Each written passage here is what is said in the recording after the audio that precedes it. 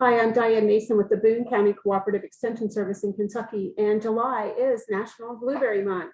I'm sitting here with some wonderful blueberry products that I thought we'd talk about today. So let's get started as we celebrate blueberries. Blueberries are one of the only fruits native to North America, and the indigenous Americans had many uses for them. They understood the health benefits and the many uses of blueberries, including medicinal purposes and as a natural flavoring. In 1893, Elizabeth White of New Jersey believed the flavorful berry could be added to their farm crop. Until then, they were only found in the wild. In 1908, a USDA botanist, Frederick Coble, began looking for superior wild plants for breeding. In 1911, White and Coble partnered to conduct blueberry growing experiments, and in 1912, they grew a successful crop. It wasn't until 1916 that blueberries made their way into the commercial food pipeline, when White and Coble sold their first commercial crop of high bush blueberries. 38 states in the United States grow blueberries commercially, with 10 states producing more than 98% of the US commercial crop. Washington State leads in commercial production, followed by Georgia and Michigan. Chile is the leading producer in South America, while British Columbia is the primary producing region in Canada. In 2012, blueberries were found in more than 4,000 products, ranging from cosmetics to pet food. Blueberries are nutritious, with 1 cup of fresh blueberries providing about 84 calories with no fat and no sodium. They're a good source of vitamin K and manganese. In fact, they're a very good source. Manganese helps our body process cholesterol and nutrients, including carbohydrates and protein. Vitamin K helps our blood clot, among other roles it plays in our bodies. Blueberries are a good source of vitamin C, and vitamin C helps our wounds heal, and it's needed for the growth and development of tissues. Copper is also found as a good source in blueberries, and copper helps us maintain our nervous and immune system and helps with brain development. Blueberries get their beautiful blue color from a compound called anthocyanin flavonoids. These compounds possess anti-diabetic, anti-cancer, anti-inflammatory, and antimicrobial properties. The flavonoids are also known for anti-obesity effects, as well as prevention of cardiovascular diseases. Research is being conducted and showing that antioxidants in blueberries may protect against and even reverse some age-related memory loss. There's also some evidence showing that consumption of blueberries may help with coordination. Blueberries come in many forms and have many different uses. You can find them fresh, frozen, canned, dehydrated, and 100% juice.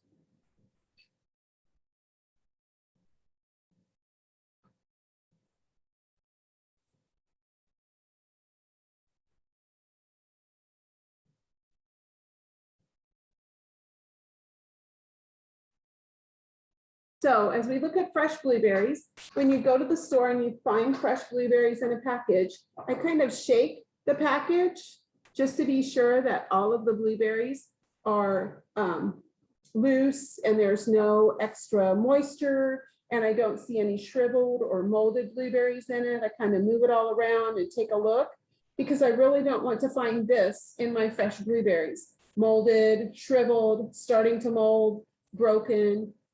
So I don't want to purchase a package that has a lot of that in it. I'll put that back. You can also find fresh or frozen blueberries. You can find frozen blueberries, just regular blueberries. You can also find frozen wild blueberries at the store. Wild blueberries sometimes cost a little bit more, but they're a little bit smaller, and sometimes they have a little different flavor. A little sweeter, so always look for that type of thing in the freezer section. You can find dehydrated blueberries or dried blueberries. Some are already sweetened. Be sure to read the food label on the back to see what additional products have been added. This one already says sweetened dried on the actual front label. If you can find them without sweetener, that would be a better choice. We also have canned blueberries, and these are usually in syrup of some type. These happen to be in light syrup. So generally you drain these off and you can add it to muffins or any baked goods, or use it in any other type of recipe. You can find blueberry pie filling at the store that's already got the pie filling ready to go. If you like blueberry pie or blueberry tarts, they're ready to go for you. 100% blueberry juice available, and always look for 100% is the better choice. You can also find like blueberry pomegranate juice mixes or those types of things. Again, just watch for the 100% label. And then there are all kinds of blueberry jams or jellies that are available. This happens to be a wild jam that's available.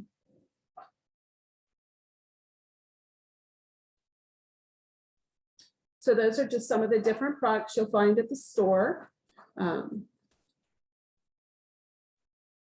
let's take a real quick look here at choosing and storing. We already talked about this.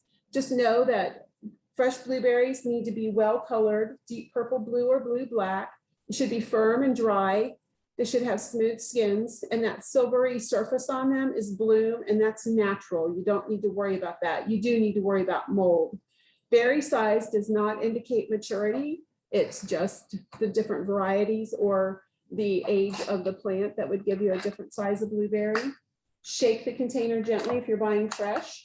Look at the bottom. Take out any decaying or molding blueberries before you store them, and always store them without rinsing when you're storing fresh blueberries. When you add the water or the moisture, all you're doing is promoting decay. When you're looking at frozen blueberries, look at the contents of the bag, shake those around and make sure that the blueberries feel loose. Look for any excess ice crystals on the bag that would show that it had been frozen and thawed and frozen again. Check the date on any canned products, and for the juice, always look for 100% fruit juice. If you buy too many fresh berries and you want to preserve them, always look through and pull out any damaged berries.